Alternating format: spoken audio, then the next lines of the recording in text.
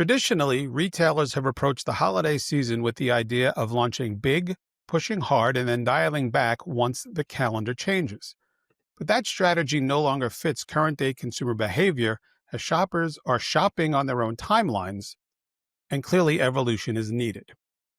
Welcome to Store Brand Spotlight. I'm Greg Sleeter, Executive Editor of Store Brands. Our guest is Renee Caceras, Head of Retail Media at StackAdapt. Renee will share her expertise in how holiday campaigns need to evolve beyond a one-size-fits-all approach to meet the needs of today's consumers. Renee, welcome to the podcast. Thank you. Excited to be here.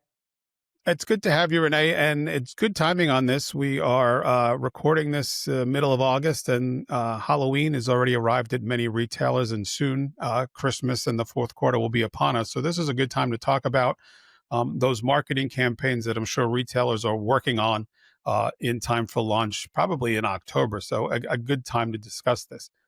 Renee, before we really dive into the topic, can you give us a little bit of background and overview on StackAdapt?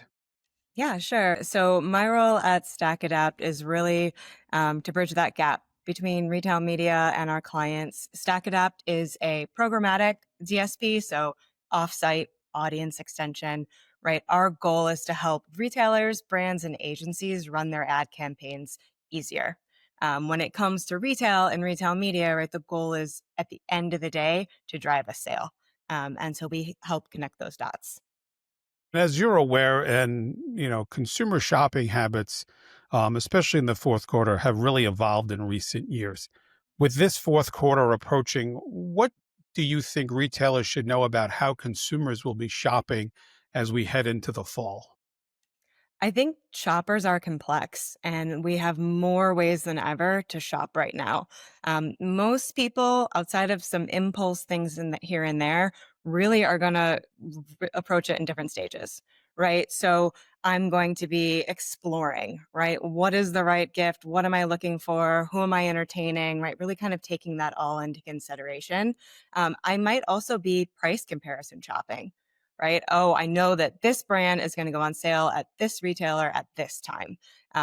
There's a couple of the e-commerce giants that do their own kind of days, and we know that it's in advance, right? And it's really to kind of start to drum up some of this anticipation, and then really, we get into the next phase, which is purchase. And that's going to be different by subcategory. When I think of part of the reason that Halloween starts a bit earlier every year, if I'm buying candy for the kids in my neighborhood and it's just sitting there, I might be prone to eat it a little bit faster so that when it actually comes time to the holiday, I'm going to have to buy some more. Same could be said with a lot of the other holidays as well. So there's clearly a lot of differences in how consumers approach shopping for the holidays. With that in mind, how do retailers need to augment their approach to meet those various needs? I think, the biggest thing that retailers, that brands can do that the customer is really craving right now is show me you know me and I'll care, right? It does get down into personalization. Have the right message for me when I'm looking for inspiration, right? When I'm trying to be in that discovery mode, show me something new, but show me something that relates to me, to my buying patterns, to my life. And then when it comes down to like getting closer to the actual deal, give me an opportunity to engage, right? Give me that sense of urgency. Give me that deal, whatever it might be. And then it shifts kind of into that loyalty, right? Speak to me with that message of replenishment or cross sell, right? Oh, you've bought this, pair of pants. Here's a great shirt to go with it. Dad's look is complete. Um, I think that personalization and that creative is a massive opportunity for retailers and brands that they're just beginning to scratch the surface on in many cases. Are there notable differences among the generations from Gen Z through to the baby boomers? I would say yes. And I'm not an expert in that by any means. But just looking at, where my parents are looking for inspiration, there's still a lot of that, TV aspect of it.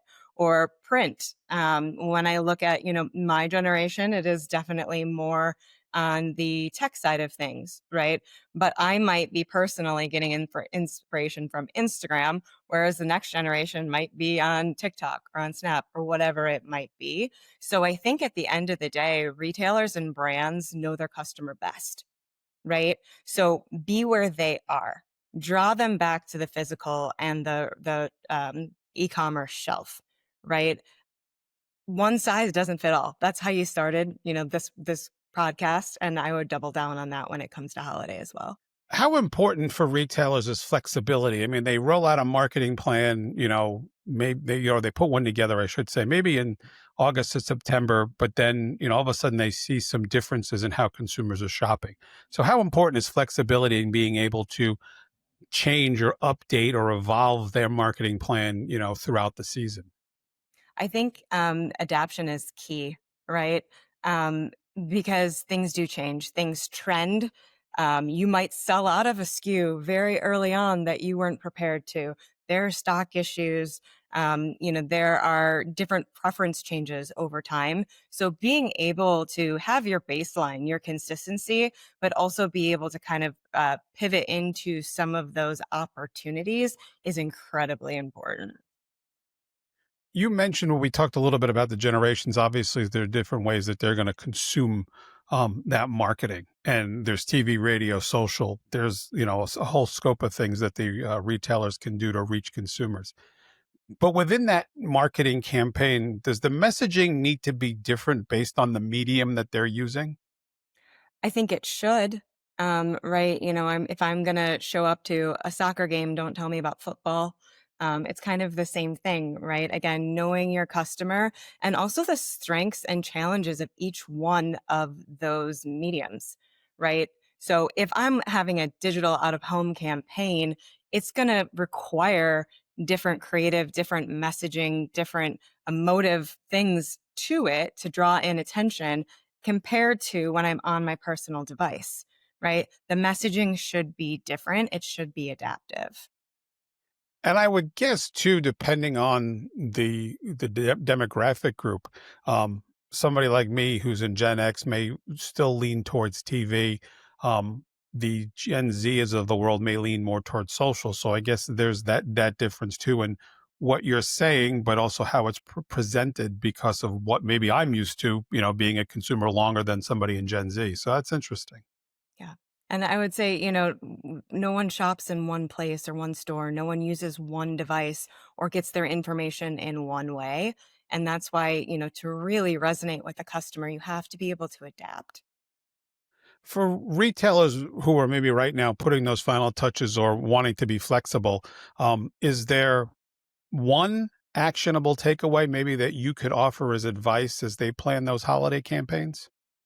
Again, I think it's really know your customer, right? What are you actually trying to achieve? Are you just trying to burn through a LTO or a holiday specific SKU because you need to get, that box from your merchant? That's okay. But are you looking to brand build as well? That's where retail media can kind of help connect those dots and, come up with that entire purchase customer journey. And I think it's just really important to pay attention to those steps.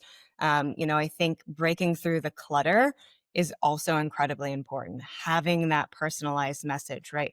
Drawing the customer to you, to your brand, to your retail store. What makes you different? Why should I shop there? Right? I'm inundated with ads all the time, and brand loyalty is not what it used to be. So, again, give me a reason to lean in, and I will. You mentioned personalization, and we hear a lot more talk about that than I think we've ever had.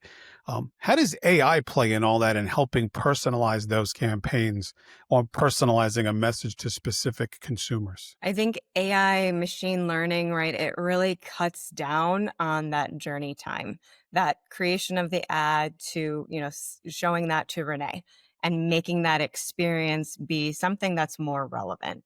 I think making it faster, making it easier, making it relevant is really the goal of AI right now. I don't think that it can replace the total shopping experience, right? Because I still want to be inspired. I still want to have browsability. I might still want to go into the store and have that human connection. So show me you know me at the end of the day. We're also more than just data points, right? I may have bought a particular product at a certain point in my day that is not actually relevant for the rest of my week, the rest of my year, right? So data points make us smarter and stronger, but they shouldn't be the only points that we're looking at when we're thinking about the customer as a whole. Renee, obviously the fourth quarter and the holiday season remains the most important time of the year for retailers when they're profitable, they're making most of their money. And we see marketing campaigns that roll out for several weeks.